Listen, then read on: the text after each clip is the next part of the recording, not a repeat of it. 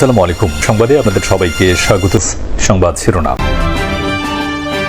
শাপলা প্রতীক ছাড়া নির্বাচন নয়, হুঁশিয়ারি এনসিপির। রাজনৈতিক চাপের কারণে পক্ষপাতমূলক আচরণের অভিযোগ, আন্দোলন আর আইনি লড়াইয়ের সিদ্ধান্ত। প্রতীক বরাদ্দ না পাওয়ার কারণে যদি নির্বাচন কেন্দ্রিক কোনো অচল অবস্থার জায়গা তৈরি হয়, সে দায়ভার সম্পূর্ণভাবে কমিশনকেই বহন করতে হবে। আমরা এটার জন্য সর্বোচ্চ ফাইট দেব। যদি তারা এটা না দেয়, আমরা নির্বাচনে যাওয়ার ক্ষেত্রে পুনর্বিবেচনা করব। জুলাই সনদে সইয়ের আগে পিআর পদ্ধতি নিশ্চিতের দাবি জামায়াতের। 5 দফা দাবিতে ইসলামী আন্দোলনে খেলাফত মজলিসের। আমরা চাই ভোটটা নিরপেক্ষ হোক, সুষ্ঠু হোক।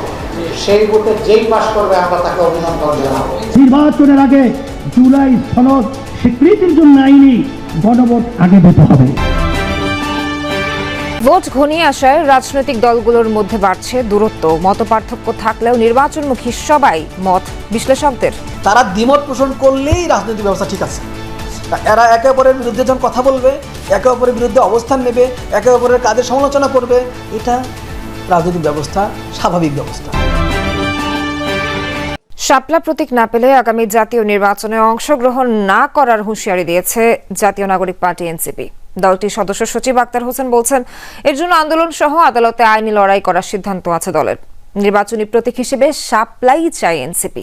আর যুগ্ম আহ্বায়ক সরোয়ার তুষারের অভিযোগ, রাজনৈতিক চাপের কারণে দাবিকৃত প্রতীক বরাদ্দের ক্ষেত্রে নির্বাচন কমিশন পক্ষপাতমূলক আচরণ করছে। রাজনৈতিক দল হিসেবে নির্বাচন কমিশনের নিবন্ধন পেতে যাচ্ছে জাতীয় নাগরিক পার্টি এনসিপি। প্রতীক চূড়ান্ত হলে দলটিকে নিবন্ধন সনদ দেয়া হবে, কিন্তু প্রতীক ইস্যুতে বিপরীতমুখী অবস্থানে এনসিপি ও নির্বাচন কমিশন। দলের প্রতীক হিসেবে শুরু থেকে শাপলা চেয়ে আসছে এনসিপি। তবে ইসির গেজেটে থাকা 50 প্রতীকের তালিকায় নেই শাপলা। নির্ধারিত প্রতীক থেকে একটি বেছে নেয়ার প্রস্তাব ইসি দিলেও শাপলা প্রতীকই চায় এনসিপি। ইসির চিঠির জবাবে শাপলার 7টি নমুনাও জমা দিয়েছে নতুন দলটি। তারা কিন্তু আমাদেরকে বলেছিল যে 150টা যে মার্কা তারা নতুন অন্তর্ভুক্ত করবে, সেখানে শাপলা থাকবে। এই কথা জানার পরেই কিন্তু আমরা নিবন্ধনের সময় আমাদের পার্টির অনুকূলে এই মার্কাটার জন্য বলেছি যে এই মার্কাটা আমাদের জন্য সংরক্ষণ করা হোক। এরপরেই জুলাই পদযাত্রা ব্যাক টু ব্যাক। তখন আমাদের সারা দেশের যারা শুভাকাঙ্ক্ষী এবং সমর্থক আছে, তারা খাল থেকে বিল থেকে একেবারে যেটা আসল শাপলা, এটা নিয়ে জুলাই পদযাত্রায়, মানে এটা ন্যাচারালি ঘটেছে। এই মার্কার সাথে আমাদের একটা অর্গানিক সম্পর্ক গড়ে উঠেছে। ফলে আমাদের কাছে এই মুহূর্তে এই মার্কার কোনো বিকল্প নাই। জাতীয় প্রতীকের শাপলা যেমন আছে, ধানের শীষ আছে, সেখানে পাটপাতা রয়েছে, তারকা রয়েছে, এমনকি যে গোলবৃত্ত, সেটাও আসলে জাতীয় প্রতীকেরই একটা অংশ। যেহেতু জাতীয় প্রতীকের অংশের মধ্য থেকে তারকা একটা দলের প্রতীক, আবার ধানের শীষ আর একটা দলের প্রতীক আছে, সেক্ষেত্রে শাপলা কোনো একটা রাজনৈতিক দলকে প্রতীক হিসেবে বরাদ্দ করতে কমিশনের আসলে কোনো বাধা থাকার কথা নয়। তবে নির্বাচন কমিশন এখন পর্যন্ত এনসিপিকে শাপলা প্রতীক না দেওয়ার পক্ষে, যদিও এ নিয়ে মন্তব্য করতে চায় না ইসি। তবে নির্বাচন ব্যবস্থার সংস্কার কমিশনের সদস্য ও সাবেক ইসি যুগ্ম সচিব জেসমিন টুলে বলেছেন, তালিকার বাইরে নতুন প্রতীক বরাদ্দে আইনি বাধা নেই ইসির। প্রতীক শাপলা পেতে কোনো আইনগত কোনো বাধা নেই। যদি এনসিপিকে শাপলা দিতেই হয়, তাহলে বিধিমালার একটা ছোট্ট সংশোধনী করতে হবে যে বিধিমালা তোরসেল এত নম্বরে এই শাপলা প্রতীক অন্তর্ভুক্ত করা হলো, ছোট্ট একটা। আর বিধিমালা এটা খুব একটা কঠিনও কাজ নয়, এটা মূলত তাদের সিদ্ধান্তের উপর ডিপেন্ড করবে। এ অবস্থায় এনসিপির শীর্ষ নেতারা বলছেন, শাপলা না দিলে নির্বাচনে অংশ নেবেন কিনা বিবেচনা করবেন তারা। কমিশনের আইনগত দিকে কোনো বাধা নেই আমাদেরকে শাপলা প্রতীক বরাদ্দ করতে।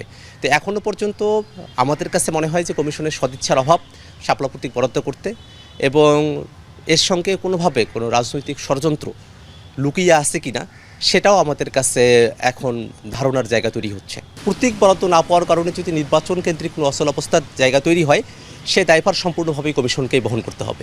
এই প্রতীক ইস্যুতে আমাদেরকে যে অহেতুক ভোগান্তির মধ্যে তারা রাখছে, এটা প্রমাণ করে যে ইসি চায় না এনসিপি নির্বাচনে আসুক। কিন্তু আমরা এটার জন্য সর্বোচ্চ ফাইট দেব। যদি তারা এটা না দেয়, আমরা নির্বাচনে যাওয়ার ক্ষেত্রে পুনর্বিবেচনা করব। আমরা এই প্রতীক ছাড়া নির্বাচনে যাব না।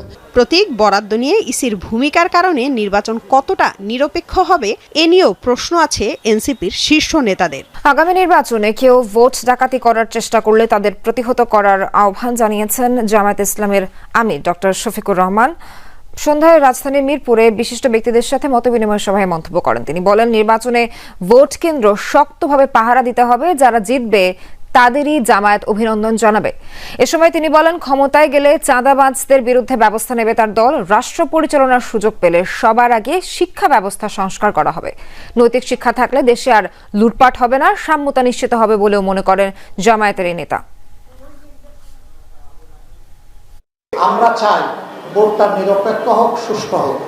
সেই ভোটে যেই পাশ করবে আমরা তাকে অভিনন্দন জানাবো।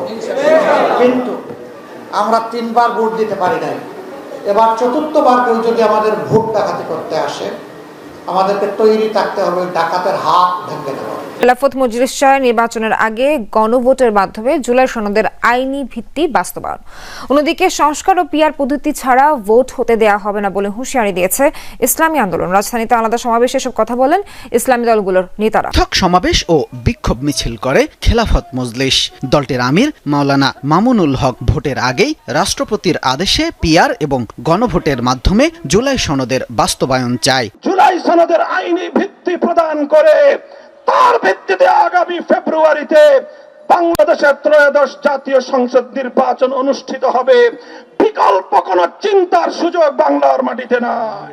সোহরাওয়ার্দী উদ্যানের সমাবেশে ইসলামী আন্দোলন বাংলাদেশের আমির মুফতি সৈয়দ রেজাউল করিম নির্বাচনের আগে গণভোটের দাবি তোলেন। নির্বাচনের আগে জুলাই সনদ স্বীকৃতির জন্য আইনি গণভোট আগে দিতে হবে এবং সকলকে মুদাত্ত আহ্বান জানাবো, বিশেষ করে ইসলামী দলগুলো যারা রয়েছেন, আমাদের ঘোষণা ছিল ইসলামী রাষ্ট্র একটা যাবে।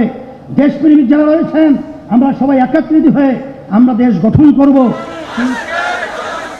সংস্কার ও বিচারের পর পিআর পদ্ধতিতেই নির্বাচন হতে হবে জানিয়ে রাজনৈতিক দলগুলো তাদের ভোট দেওয়ার আহ্বান জানায়।